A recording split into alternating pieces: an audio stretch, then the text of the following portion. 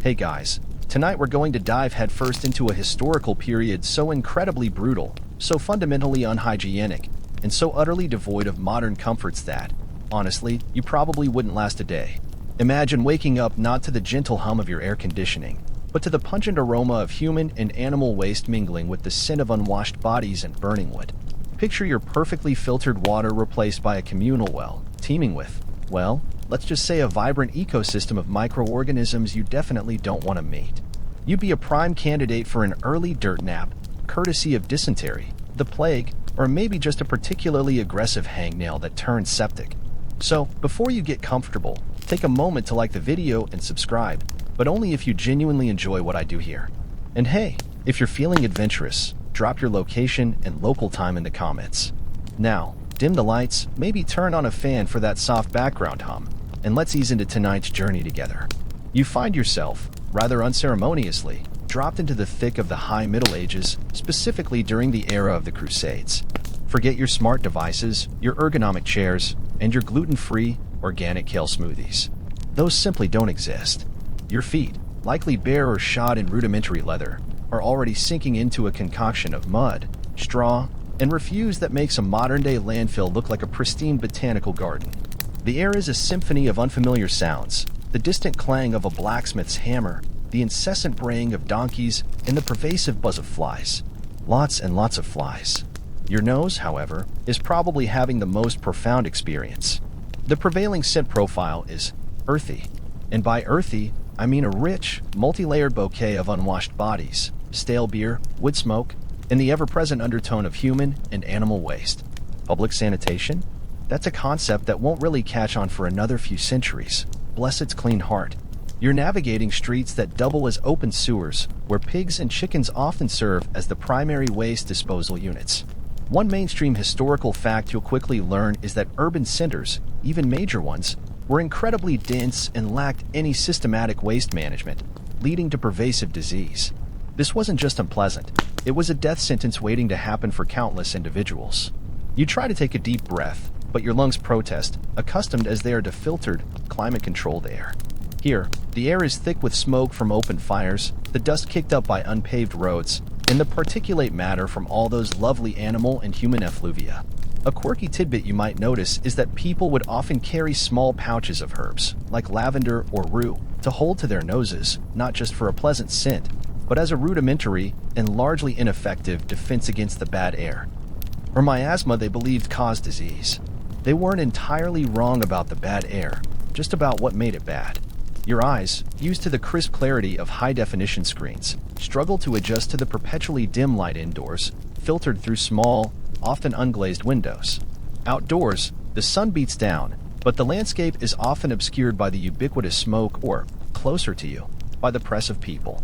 You glance down at your clothes, which, if you were lucky enough to possess them, would be coarse wool or linen, scratchy against your skin and likely already acquiring a patina of grime. Forget regular laundry. Washing was a labor-intensive affair, and full body baths were rare, even for the wealthy. Historians still argue whether the sporadic bathing habits of the medieval period were driven more by a lack of infrastructure, a misunderstanding of hygiene, or simply the sheer physical effort involved in heating enough water. Regardless, you're not going to be smelling like a fresh spring daisy anytime soon. The constant low-level anxiety would be palpable.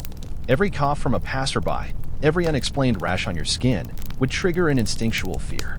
You're acutely aware that there's no urgent care clinic, no antibiotic to ward off a simple infection, no vaccine to protect you from the next epidemic. Life is precarious, and its fragility is a constant companion. As you try to make sense of the overwhelming sensory assault, you quickly bump up against the unyielding wall of feudalism. This wasn't just a social structure, it was the very fabric of existence, dictating your birth, your life, and almost certainly, your death. There's no LinkedIn here, no merit-based promotions, no pulling yourself up by your bootstraps fantasy. You are, quite simply, where you were born. If your parents were peasants, you're a peasant. If they were knights, well, congratulations, you've won the medieval lottery, but you still have a rather grim path ahead. You quickly learn that the vast majority of people, like you, are serfs. This isn't slavery in the Roman sense, but it's pretty darn close. You are tied to the land, beholden to the lord who owns it. Your days are dictated by the rhythm of the seasons and the demands of the manor. You wake with the sun, or perhaps even before it, to begin your arduous toil in the fields. Imagine working from dawn till dusk every single day, with rudimentary tools that would make your gym's ancient weight machines look like cutting-edge technology.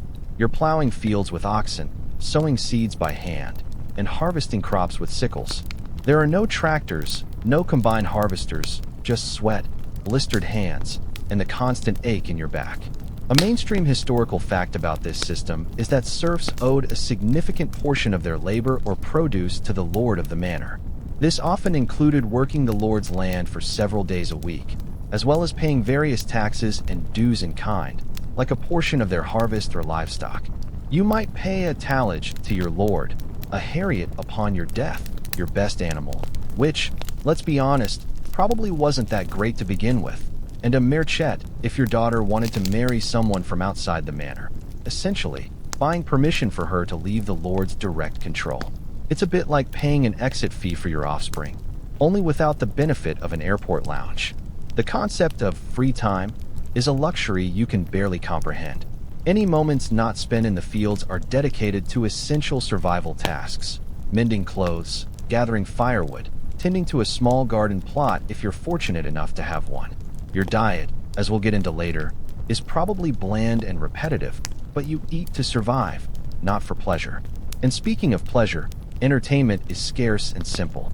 Perhaps a traveling minstrel might pass through, or a local festival tied to a religious holiday might offer a brief respite from the relentless grind. But mostly, it's hard work all the time. A quirky tidbit about this rigid social hierarchy is the concept of sumptuary laws. These laws dictated what people of different social classes could wear, eat, or even how they could decorate their homes. If you were a serf, you couldn't just decide you liked the look of a knight's silk tunic. Wearing something above your station wasn't just frowned upon. It could be illegal. Imagine being fined or even publicly shamed for wearing the wrong color socks. It kept everyone firmly in their place, ensuring visible markers of status were maintained. Historians still argue whether sumptuary laws were primarily about maintaining social order and preventing envy, or if they were also a way for the elite to protect their economic interests by controlling the consumption of luxury goods. Either way, your fashion choices are severely limited, and fast fashion is definitely not a thing. You're lucky if your clothes last more than a year. The cycle of life is one of birth, toil, perhaps a brief period of slightly less toil, and then death, all within the narrow confines of your assigned station. Having briefly grappled with the immovable structure of feudalism, you now face the relentless truth of daily life's unthinkable hardships. Forget the conveniences you take for granted: running water, electricity, even reliable light after sunset. Your existence is a constant, grinding battle against nature, time, and sheer physical exertion. Every single task, no matter how minor, demands a significant investment of labor and ingenuity. Consider something as simple as getting a drink of water. There's no tap, no bottled water delivery. You're probably trudging to a communal well or a nearby stream, perhaps multiple times a day, hauling heavy buckets back to your dwelling. This water, as mentioned, is likely shared with livestock and downstream from who knows what, making it a potential carrier of all sorts of delightful pathogens. Imagine this chore not once, but every single day, regardless of weather, when you're already exhausted from tilling fields or tending animals. A mainstream historical fact is that access to clean, potable water was a perennial struggle for medieval communities, directly impacting health and contributing to the spread of diseases like cholera and dysentery, which would rapidly thin out any group of time-traveling tourists. And food. Preparing a meal isn't a quick pop in the microwave. First, you need to secure the ingredients, often from your own meager harvest or through painstaking foraging. Then comes the cooking. There are no gas stoves or electric ovens. You're dealing with an open hearth, a smoky fire, and rudimentary iron pots. Getting the fire just right, managing the heat, and preventing your food from burning to a crisp or remaining stubbornly raw requires skill and constant attention. Even baking bread, a staple of the medieval diet, was an incredibly time-consuming process, often done communally in the village oven, adding another layer of coordination and shared effort. It's a bit like a medieval bake-off, but with much higher stakes if you mess up the family's main calorie source. Light after dark is another major hurdle. Once the sun dips below the horizon, your world shrinks to the feeble glow of a few rush lights, reeds dipped in animal fat, or a sputtering candle, if you can afford one. Imagine trying to read, mend clothes, or even just navigate your cramped home in near darkness. Your eyes, accustomed to brightly lit rooms and the blue glow of screens, would ache from the strain. This scarcity of light significantly limited activities after sunset, effectively compressing much of life into the daylight hours. A quirky tidbit is that medieval towns often had curfews, not just for safety, but because artificial light sources were fire hazards, and people largely retired with the sun. The phrase, "the bell tolls the knell of parting day," really meant something when the lack of light meant your productivity plummeted. Historians still argue whether the high incidence of certain ailments, like rickets or specific eye conditions, was more a result of poor nutrition or the pervasive lack of natural light indoors, especially during long winters. Regardless, your body would feel the constant strain. You'd be perpetually tired, your muscles aching, and your hands calloused. Your modern concept of comfort, of effortless living, would be completely shattered by the relentless physical demands of simply staying alive. Every bite of food, every sip of water, every moment of warmth was earned through back-breaking labor. After the sheer physical exertion of simply existing, you'd quickly come face to face with another unpalatable truth. Hygiene habits were, by modern standards, a germ's paradise. Forget daily showers, deodorant, or even regular hand washing. Your concept of personal cleanliness would be utterly redefined by the medieval reality, and your nose would be the first to tell you all about it. Let's start with bathing. A mainstream historical fact is that full-body bathing was not a common daily practice for most people in the Middle Ages. While Roman baths were a distant memory, public bathhouses did exist in some larger towns, especially earlier in the period, but they were often seen with suspicion due to associations with disease or immoral behavior. For the average person, a bath might be a rare event, perhaps a few times a year, typically involving a wooden tub filled with water that had to be heated over an open fire, a monumental task we touched upon earlier. Imagine the effort of heating enough water to fill a tub compared to just turning a tap. It's no wonder it wasn't a daily ritual. Your personal scent profile would be, shall we say, robust. And then there's the hair. Washing hair was equally infrequent. People might use lye soap, which was harsh, or simply water, but the process was laborious. Head lice were incredibly common across all social strata. It was just a fact of life. You'd likely be sharing your scalp with a vibrant community of tiny, unwelcome guests. A quirky tidbit is that people often wore hats or coifs, close-fitting caps, not just for warmth or fashion, but to help manage unruly hair and, well, contain any potential crawlies. It was a practical, if slightly unsettling, form of hair control. Oral hygiene, non-existent by your standards. Toothbrushes and toothpaste are centuries away. People might chew on herbs for fresh breath or rub their teeth with a cloth, but regular brushing was unheard of. The result? Cavities, gum disease, and tooth loss were rampant. A trip to the medieval dentist involved pliers, a strong hand, and very little in the way of pain relief. You'd probably think twice about enjoying that hardtack if you knew the dental consequences. And hands. Oh, your hands.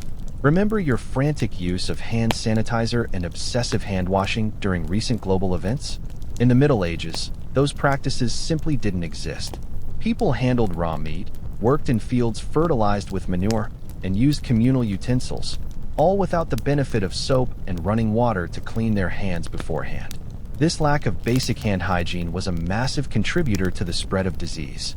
Historians still argue whether the decline of public bathhouses in Europe was primarily due to religious objections, fear of disease transmission. Though they didn't understand germs, they could observe patterns of sickness, or simply the economic impracticality of maintaining them in a less centralized society. Regardless, the outcome for your personal cleanliness would be a dramatic step backward. You would be constantly itching, smelling, and, most likely, fighting off various skin ailments that thrive in such unhygienic conditions. Every scratch or cut, if not properly cared for, which it wouldn't be, would carry a high risk of infection.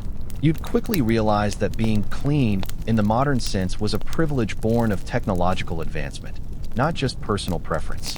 So, you're perpetually grimy, aching from relentless labor, and generally smelling like a medieval compost heap. Now, let's talk about what happens when, inevitably, you get sick or injured, because in this world, that's a when, not an if. You're about to discover that medieval medicine was, for the most part, a painful cure, often more likely to hasten your demise than aid your recovery. Forget about sterile environments, antibiotics, or even a basic understanding of germ theory. These concepts are centuries away. When you fall ill, you're entering a realm where illness is often attributed to imbalances in the body's humors, the influence of planetary alignment, or, perhaps, divine displeasure. A mainstream historical fact is that medieval medical theory was largely based on the ancient Greek concept of the four humors: blood, phlegm, yellow bile, and black bile. Illness was believed to be caused by an imbalance of these humors, and treatments aimed to restore that balance. This meant methods like bloodletting, cupping, or purging, inducing vomiting or diarrhea, were common, often performed by barbers who doubled as surgeons, or by local healers with varying degrees of actual medical knowledge. Imagine feeling weak and anemic, and the cure is to have more of your blood drained. It's a bit like trying to fill a bucket with a hole in it by making the hole bigger. Let's say you sprain an ankle. Instead of an x-ray and a brace, you might get a poultice of herbs applied to it, or a prayer said over it. If you break a bone, the setting might involve crude splints and a lot of pain, with a high risk of the bone not healing properly, leading to lifelong deformity or infection. Infections, by the way, are your biggest enemy.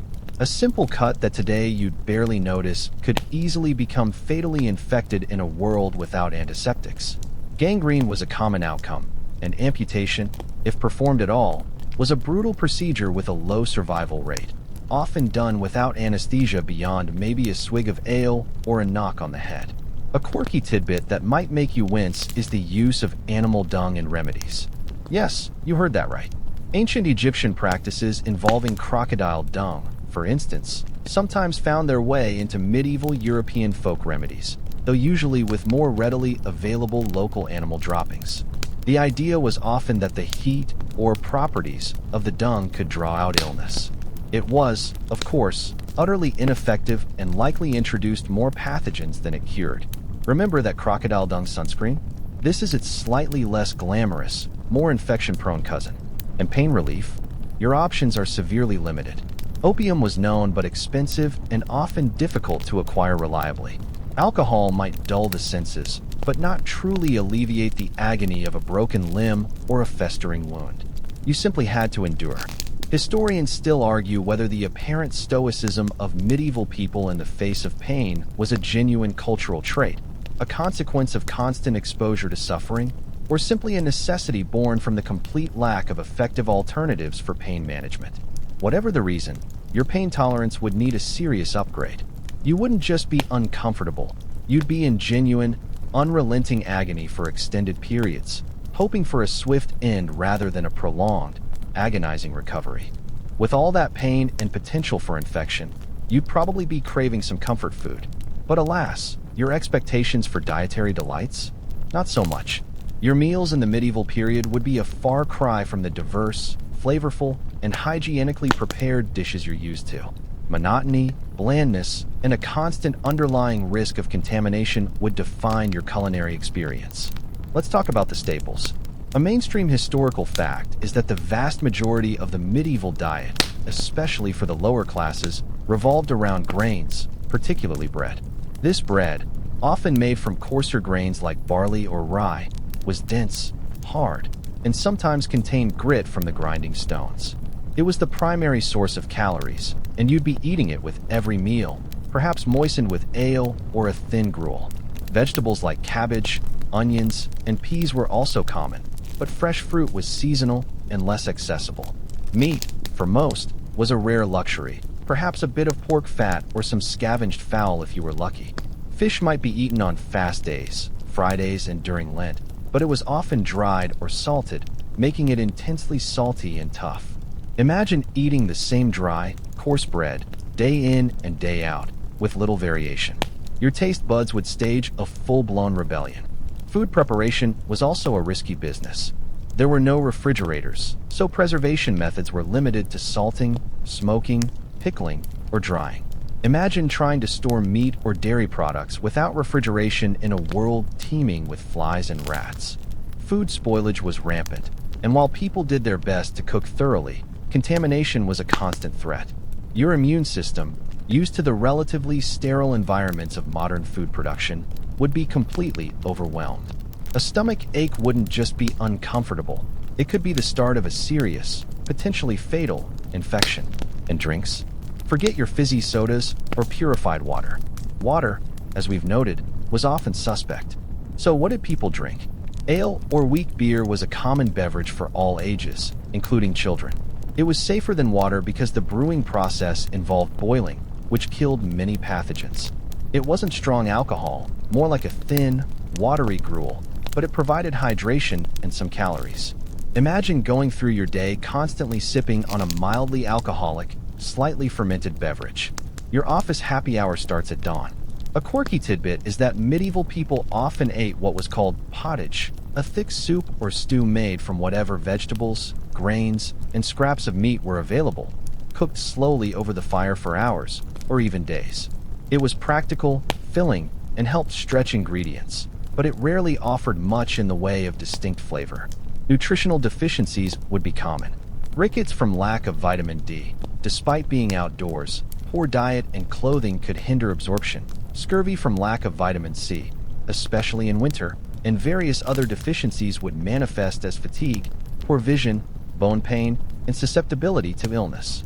Historians still argue whether the overall caloric intake of the average medieval peasant was sufficient given the extreme physical demands of their labor, or if they were in a perpetual state of caloric deficit, contributing to their generally shorter lifespans and susceptibility to disease.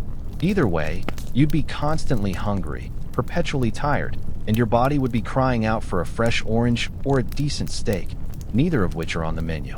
Enjoy your gruel. Having wrestled with the unappetizing realities of your medieval diet, you now turn your attention to the unchallenged authority that pervades every aspect of life. From the moment you wake until you close your eyes in fitful sleep, the church, with its absolute power.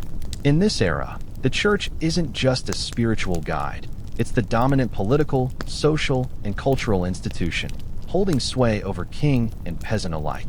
There's no separation of church and state here. The church is the state in many fundamental ways. Its laws, known as canon law, often supersede secular laws, and its pronouncements carry immense weight. A mainstream historical fact is that the Catholic Church held immense spiritual and temporal power, influencing everything from daily moral conduct to international politics and warfare. The Pope was not just a religious leader, but a formidable political figure, capable of excommunicating monarchs and launching crusades. For you, the individual, this means your life is utterly intertwined with church teachings and rituals.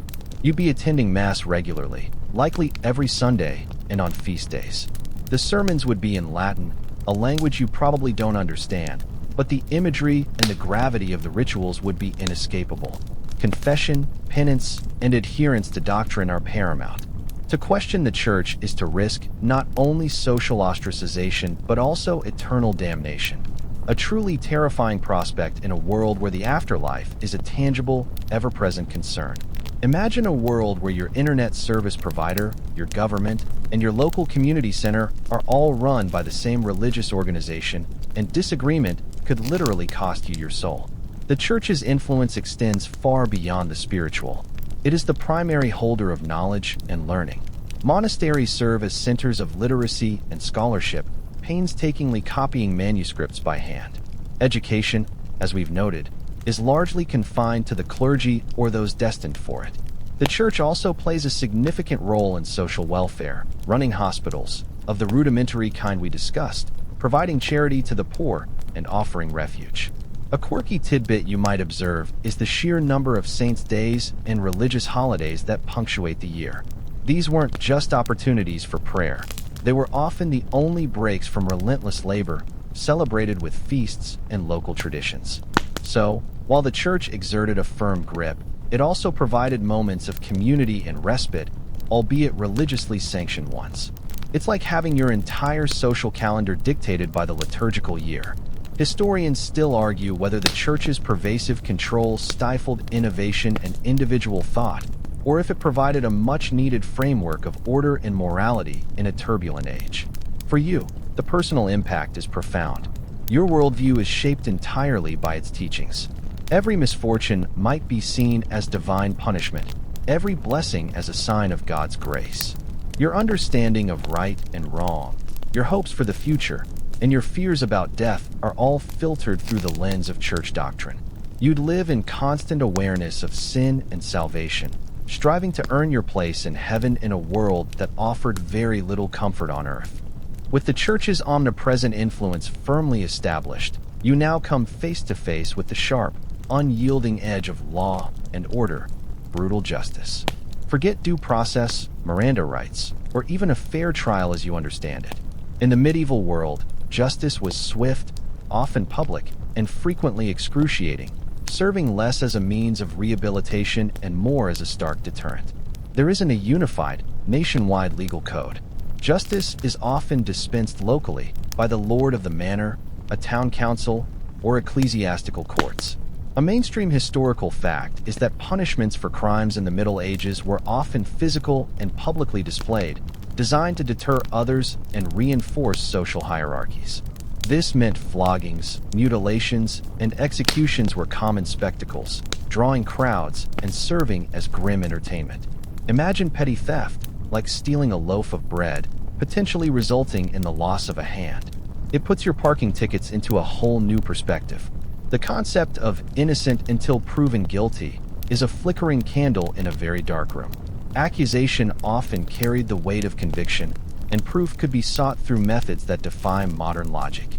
Trials by ordeal, for instance, were surprisingly common. Imagine proving your innocence by sticking your hand in boiling water or carrying a red-hot iron. If your hand healed cleanly, you were innocent. If it festered, you were guilty. The logic was that God would intervene to protect the innocent. Of course, infection was almost guaranteed, so it was a bit of a rigged game for the defense. It's like a medieval game show where the grand prize is not dying, and the host is a very stern priest. Even if you managed to avoid the ordeal, testimony could be coerced, and torture was not unheard of, especially for serious crimes or heresy, to extract confessions. There were also trials by combat, where the accused and accuser, or their champions, would fight, with the victor presumed to be in the right, again, based on the belief in divine intervention. A quirky tidbit is that even animals could be put on trial. There are historical records of pigs being tried and even executed for attacking children, complete with legal representation and formal judgments.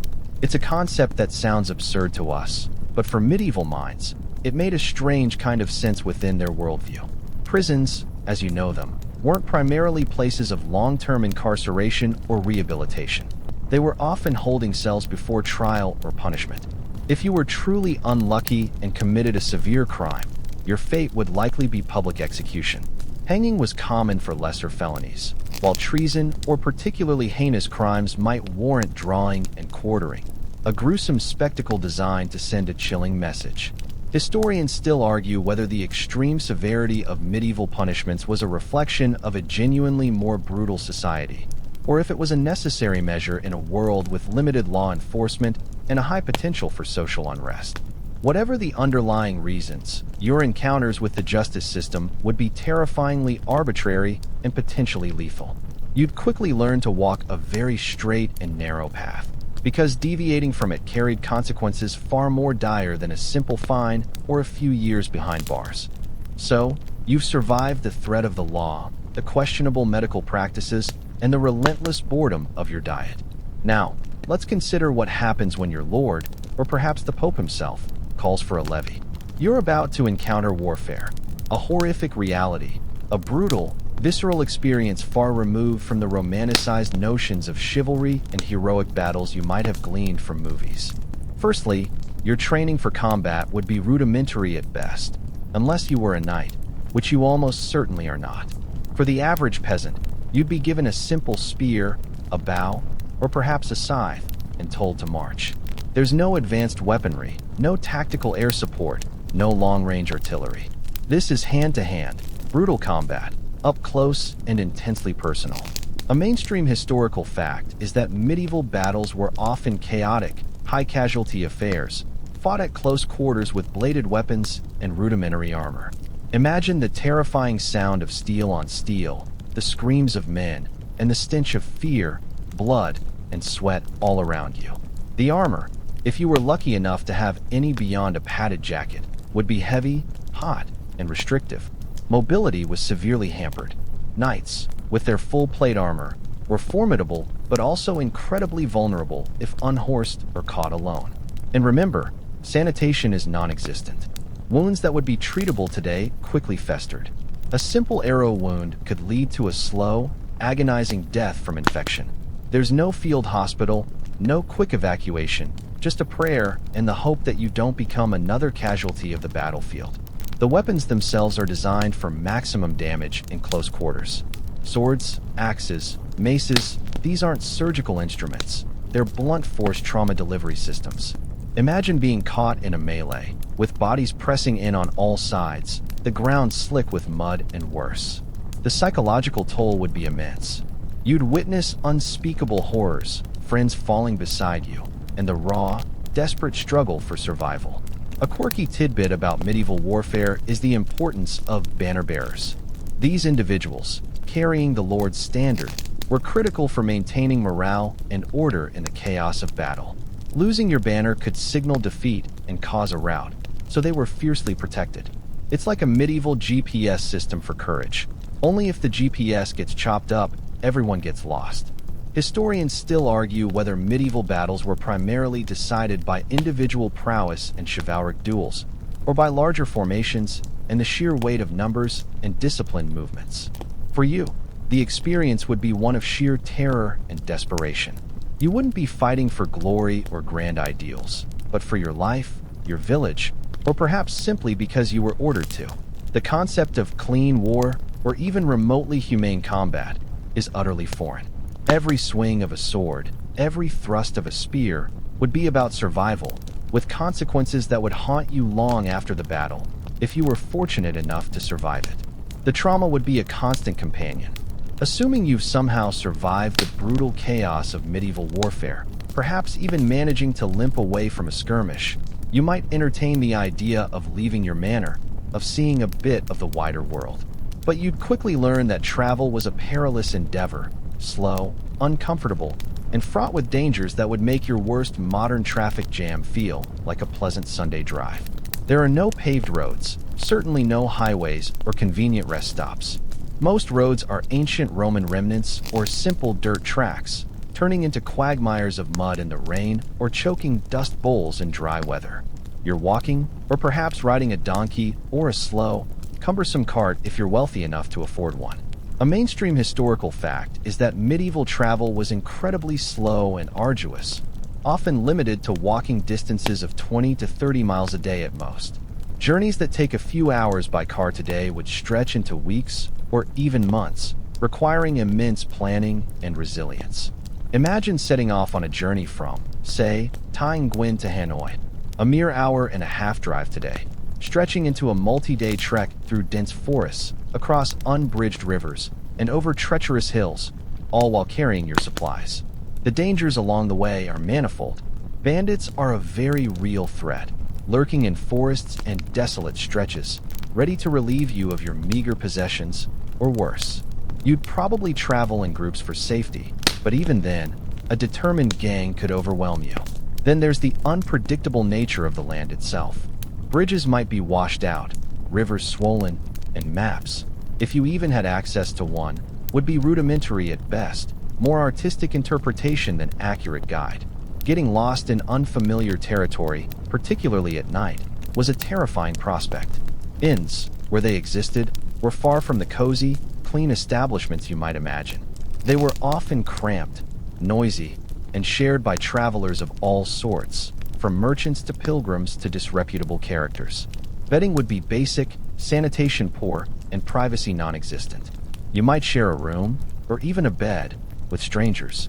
It's the kind of budget accommodation that makes a budget hostel look like a five-star resort. A quirky tidbit is that travelers often carried pilgrim badges or other identifiers if they were on a religious journey, not just as souvenirs, but as a way to signify their purpose and sometimes gain safer passage or hospitality from monasteries along the route. It was a bit like a medieval fast pass for piety. Historians still argue whether the limited scope of travel for the average person contributed more to localism and a lack of broader world understanding, or if it fostered stronger, more self-sufficient local communities. Whatever the scholarly debate, for you, the prospect of any significant journey would be daunting. It wouldn't be an adventure. It would be a gauntlet of discomfort, danger, and sheer physical endurance, making you appreciate every single mile of paved road and every pit stop that sells lukewarm coffee. You'd quickly realize why most people never ventured more than a few miles from their birthplace. Having considered the monumental effort and danger involved in even the shortest journey, let's now turn to something equally scarce and precious in your new medieval reality: education, a rare privilege. Forget universal schooling, online courses, or even access to a local library. Learning, in any formal sense, was largely restricted to a tiny elite, leaving the vast majority of the population illiterate and reliant on oral tradition and the church for their understanding of the world. A mainstream historical fact is that literacy rates were extremely low in the Middle Ages, with most of the population, especially peasants, being unable to read or write. For you, this means your ability to comprehend written text, even simple signs, would be virtually non-existent. News and information would spread by word of mouth, through town criers, or via the pronouncements from the pulpit. Imagine trying to navigate a world where contracts, laws, and even basic instructions are inaccessible to you in written form. You'd be entirely dependent on others to interpret the written word. It's like living in a world where everyone speaks a language you don't understand, and the few translators available have their own agendas. Formal education was primarily the domain of the church. Monasteries and cathedrals housed schools where monks and aspiring clergy learned Latin, theology, and the liberal arts. For the nobility, tutors might provide instruction in basic literacy, etiquette, and the skills needed for warfare or governance. But for someone like you, a commoner, your education would be practical, learning the skills necessary for survival and your assigned role in society. You'd learn to farm, to weave, to blacksmith, or whatever your family trade dictated, through observation and direct apprenticeship from a young age.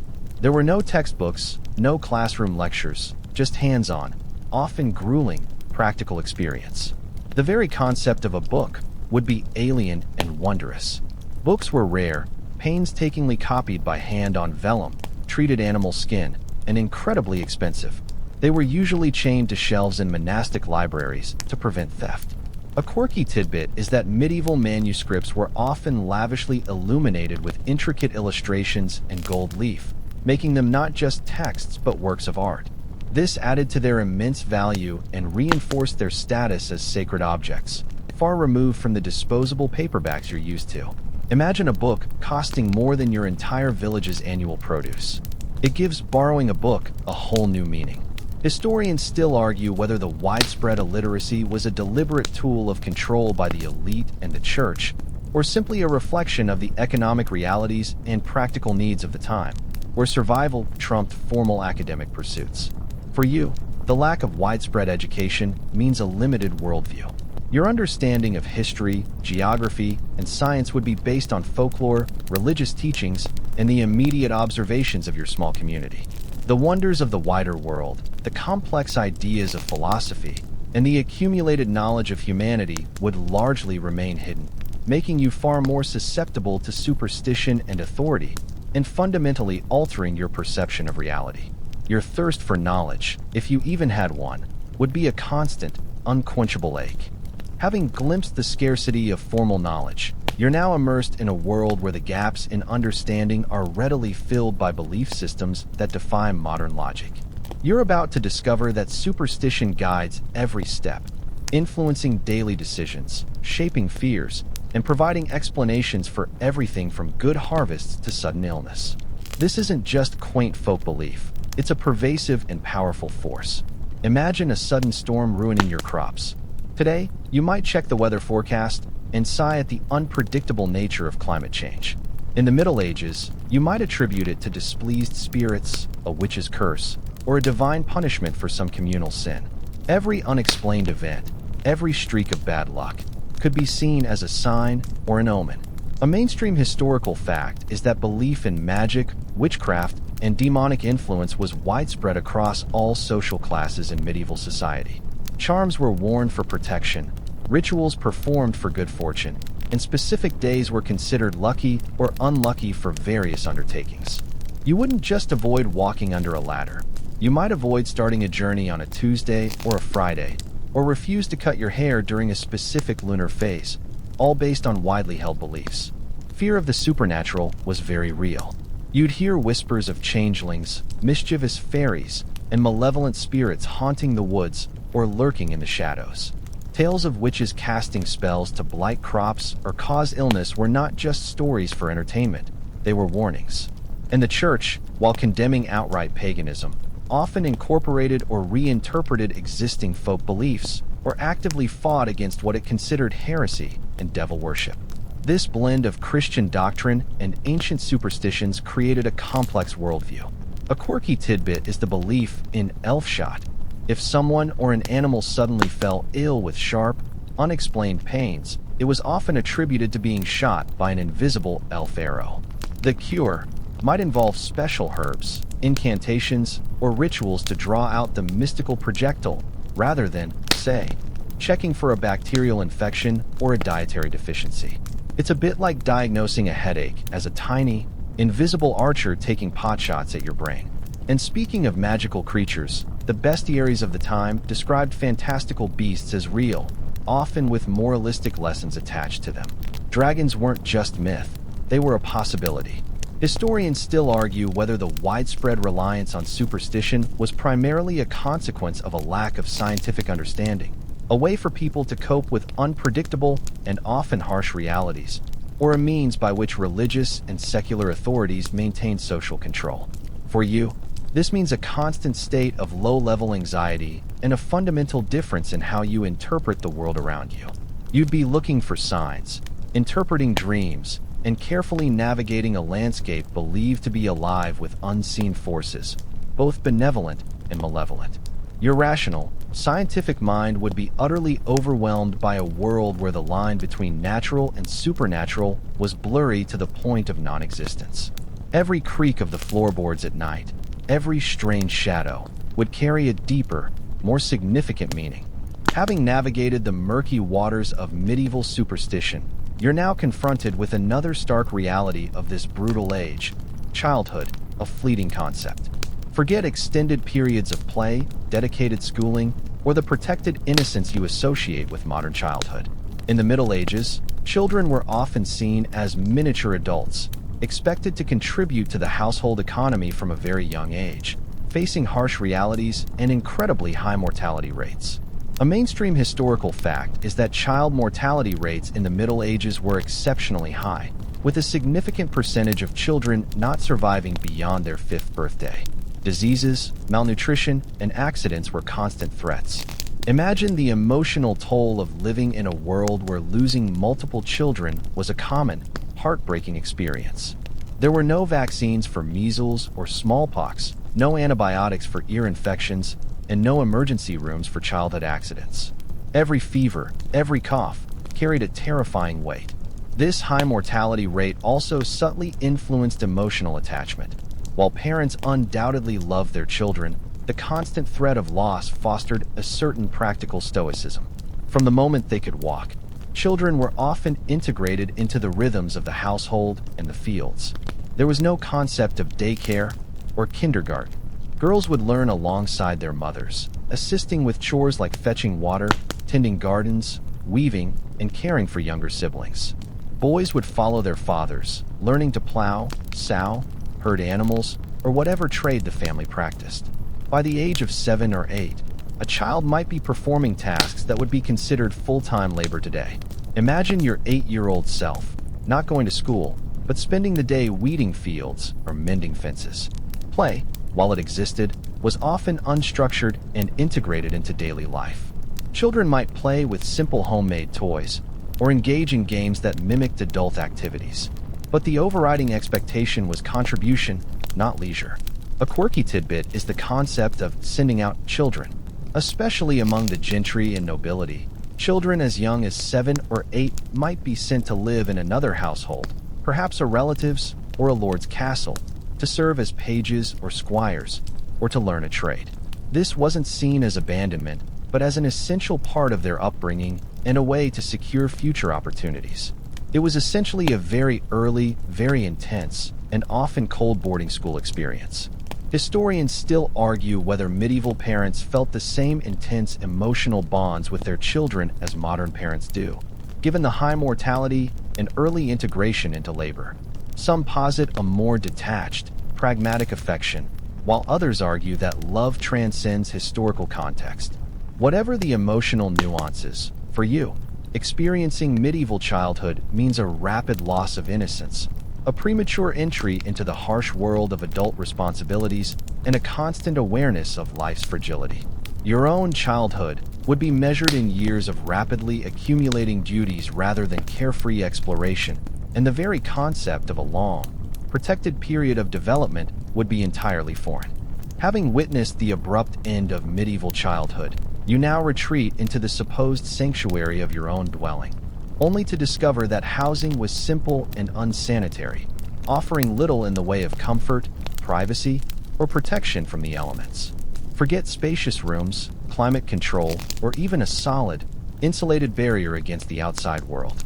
For the vast majority of people like you, a peasant or common laborer, your home would be a single-room, or perhaps two-room, dwelling constructed from readily available local materials. A mainstream historical fact is that peasant homes were typically small, often built of wattle and daub, woven branches plastered with mud and dung, timber or stone with thatched roofs. Floors were usually bare earth, compacted and sometimes covered with straw, which, as you might imagine, quickly became a breeding ground for pests, refuse, and odors. Imagine living in a space no larger than your average modern living room, shared with your entire family and often with your livestock.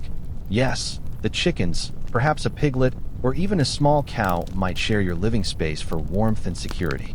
Your personal space bubble would be thoroughly popped. Light would be scarce. Windows were small openings, often unglazed, perhaps covered with wooden shutters or animal bladder to keep out the worst of the weather, but letting in little light. Smoke from the central hearth, used for cooking and heating, would fill the room, stinging your eyes and coating everything in a fine layer of soot. There's no chimney for most homes, just a hole in the roof, allowing most of the smoke to drift out eventually. This constant exposure to smoke contributed to respiratory ailments. A quirky tidbit is that medieval homes often had a designated solar, in wealthier houses, a sunroom of sorts. But for the common folk, sunlight was a luxury you had to go outside to fully enjoy. Your idea of natural light would be drastically reevaluated. Sanitation within the home was, unsurprisingly, dire. There were no indoor toilets or plumbing. Waste would be collected in a chamber pot and then, well, generally tossed out into the street or a communal dung heap. Vermin, rats, mice, fleas, lice were constant companions, carriers of disease and a perpetual nuisance. Imagine trying to sleep with the sounds of rodents scurrying and insects biting. Your modern sensibilities about cleanliness and pest control would be utterly shocked. Privacy was a concept that simply didn't exist. Your entire family would sleep, eat, and live in one communal space. Personal boundaries were non-existent, and every sound, every conversation would be shared. Historians still argue whether this lack of privacy fostered stronger familial bonds and communal living, or if it contributed to stress and discomfort. For you, the experience would be one of constant noise, limited personal space, and a chilling lack of warmth and cleanliness, making your current minimalist, cozy bedroom feel like a sprawling palace. You'd quickly realize that home sweet home was a concept entirely dependent on the existence of insulation, sanitation, and at least a few walls to call your own. After enduring the cramped, unsanitary confines of your medieval dwelling, And having grappled with all the daily struggles we've explored, one final, overarching preoccupation would dominate your existence: the afterlife, a constant obsession. In a world where life is relentlessly harsh, short, and unpredictable, the promise, or threat, of what comes after death holds immense power, shaping thoughts, actions, and even fears on a daily basis. Death itself was a constant presence, with high infant mortality, frequent epidemics, and the ever-present dangers of famine, war, and accident. It wasn't an abstract concept. It was a familiar, often sudden, guest. You would have witnessed death frequently, from neighbors and family members to strangers on the road. A mainstream historical fact is that death was an integral and public part of life in the Middle Ages, with rituals and beliefs surrounding it deeply intertwined with the teachings of the Church. Funerals were community affairs, and the dying often made their last confessions, received last rites, and prepared for their final journey with the guidance of a priest. There was little concept of dying alone or in private. It was a communal event. The Church, as we've seen, held absolute authority, and its teachings on the afterlife were central to its power. Heaven, hell, and purgatory were not metaphors. They were real, terrifying, or glorious destinations awaiting the soul.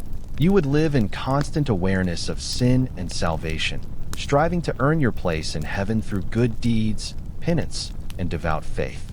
Imagine the weight of knowing that every single action, every thought, could potentially impact your eternal destiny. It's a bit like a cosmic performance review, only the stakes are infinitely higher than a promotion. The fear of hell was palpable. Sermons vividly described the torments awaiting sinners, filled with fire, demons, and eternal suffering. This fear served as a powerful motivator for moral conduct, even if that morality was enforced through public shaming and brutal justice. But there was also hope. The concept of purgatory offered a chance for purification and eventual entry into heaven, even for those who weren't saints, provided they performed penance and had prayers offered on their behalf. A quirky tidbit is the widespread belief in indulgences, where, for a donation or a good deed, the Church could grant a remission of temporal punishment for sins, either for the living or for souls in purgatory. It became a complex theological and economic system, ultimately leading to significant controversy. It was like a spiritual coupon book for the afterlife, only the fine print was a little murky. Historians still argue whether the intense focus on the afterlife stifled humanistic thought and earthly pursuits, or if it provided a necessary framework of meaning and comfort in a chaotic and often brutal world. For you, the individual, this preoccupation with what comes after death would be a fundamental part of your identity. Your hopes, your fears, and your understanding of your own significance would all be filtered through the lens of eternity. You'd live your life with one eye always on the next, hoping that your earthly suffering would be redeemed by eternal bliss, and striving desperately to avoid the fiery pits of damnation. It's a constant, spiritual tightrope walk. Now, as the echoes of the Crusades and the whispers of medieval life begin to fade, feel the gentle hum of the present moment returning. Your modern bed feels impossibly soft, the air remarkably clean, and the silence, or perhaps the soft whir of your fan, a profound luxury. Let the images of mud-caked roads and smoky hovels dissolve, replaced by the comforting darkness of your room. The constant anxieties of disease, hunger, and a precarious existence are not yours tonight. The struggle for daily survival, the fear of unseen forces, the raw brutality of a world without modern comforts. These are stories from a time long past, safely confined to the annals of history. Allow your mind to release the grip of those ancient fears. There's no need to worry about the plague, or a rogue night, or whether your bread has grit in it. Your world is safe, warm, and remarkably well lit. Let the feeling of modern comfort wash over you, a gentle wave carrying away any lingering remnants of the past. Focus on the slow, rhythmic sound of your own breathing. Drift now, with the reassurance that the hardships of yesterday are exactly that, yesterday's tales. End of script. Sweet dreams.